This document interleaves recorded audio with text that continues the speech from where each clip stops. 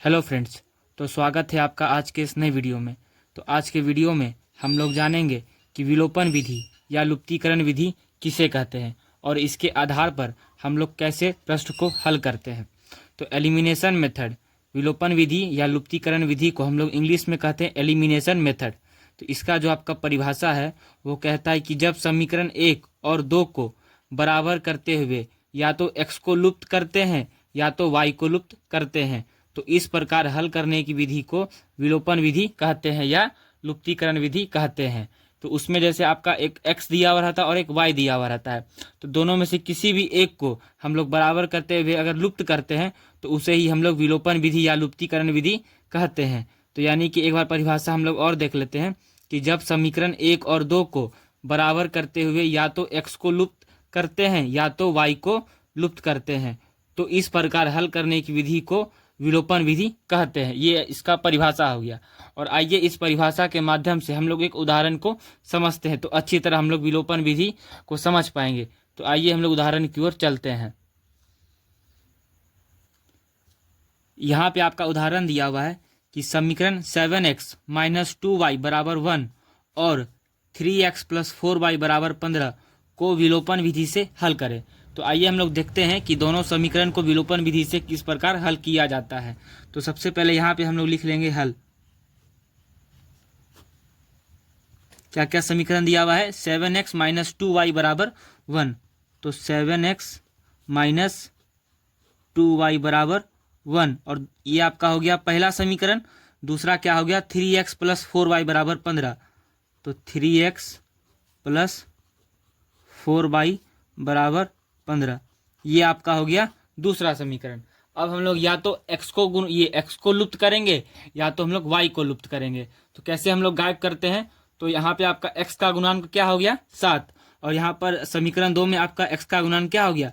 3। तो दोनों में से किसी एक को हम लोग समान करके यानी कि बराबर करके लुप्त करेंगे। तो 7 और 3 को हम लोग कैसे बराबर करेंगे? तो देखिए आपको 7 को अगर 3 से हम लोग गुना करेंगे तो 7 × 21, और 3 को अगर हम लोग 7 से गुना करेंगे तो 3 × 7 = 21, यानी कि हम लोग इसका लघुत्तम निकालते हैं। तो 7 × आपका क्या हो जाएगा? 21। या तो हम लोग y को भी कर सकते हैं आपको, जैसे ये आपका है 2 और यहाँ पर आपका है क्या? 4। तो 2 को अगर 2 से हम लोग गुना करेंगे तो आपका आ जाएगा 4, और ये तो 4 ऐसे ही है। तो हम लोग इसमें क्या करते हैं? x को आप लोग लुप्त करेंगे। तो 7 × 21 हो जाएगा, 3 बार में इसको गुना करेंगे, और 3 × 7 क्या हो जाएगा? 21। इसको 7 बार गुना करेंगे। तो आइए लिखते हैं हम लोग कि समीकरण 1 को किससे गुना कर रहे हैं? तो 3 से गुना कर रहे हैं, और समीकरण 2 को हम लोग किससे गुना कर रहे हैं? तो 7 से गुना कर रहे हैं। इसको गुना कर लेते हैं। तो सार जितना भी समीकरण 1 में दिया हुआ है सबको हम लोग 3 से गुना करेंगे। तो 7 × आपका क्या हो जाएगा? यहाँ पर 21x माइनस, अब 2y को हम लोग 3 से गुना करेंगे तो 2 × 6y बराबर 1 को 3 से गुना करेंगे तो 3। उसी प्रकार समीकरण 2 को 7 से गुना करेंगे तो 3 × 7 = 21x, प्लस है तो प्लस हो जाएगा। अब 4y को हम लोग 7 से गुना करेंगे तो 4 × 7 = 28y बराबर 15 को 7 से गुना करेंगे तो 15 × 7 = 105। अब यहाँ पर देखिए कैसे विलुप्त करेंगे। यहाँ पर आपका 21x + 28y = 105। अब देखिए ये x जो है ये भी आपका 21 हो गया, और नीचे वाला जो समीकरण 2 है ये भी आपका 21 हो गया। इसको हम लोग लुप्त कैसे करेंगे? तो इसका ऊपर वाला साइन क्या है? प्लस, और नीचे भी क्या है? प्लस। तो हम लोग नीचे वाला जितना भी साइन है सबको चेंज कर देंगे। यहाँ पर प्लस है तो क्या हो जाता है? माइनस। यहाँ पर प्लस है तो क्या हो जाएगा? माइनस। यहाँ पर प्लस है तो क्या हो जाएगा? माइनस। अब हम लोग इसको हल करते हैं। प्लस माइनस क्या हो जाएगा? कट जाएगा। अब ये भी माइनस और ये भी माइनस, तो माइनस माइनस प्लस, तो 28 और 6 कितना आपका हो जाएगा? 34y।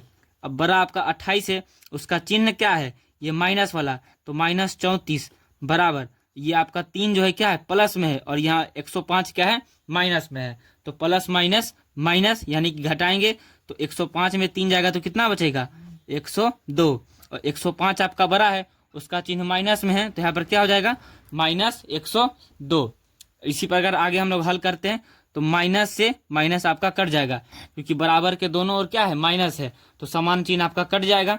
तो y का मान निकाल लेते हैं। तो y का मान बराबर 102, यहाँ 34 गुना में इधर जाएगा तो भागा में, तो 34 या क्या हो जाएगा आपका 102।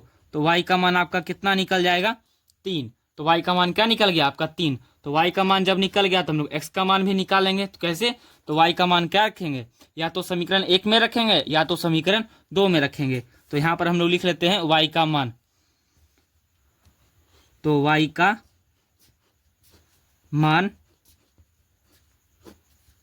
समीकरण 1 में देने पर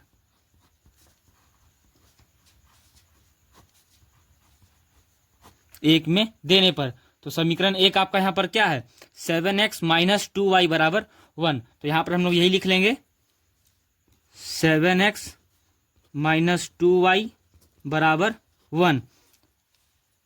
तो 7x का 7x हो जाएगा, -2 का -2, y का मान क्या है 3। तो यहाँ पर लिख लेंगे गुना 3 = 1।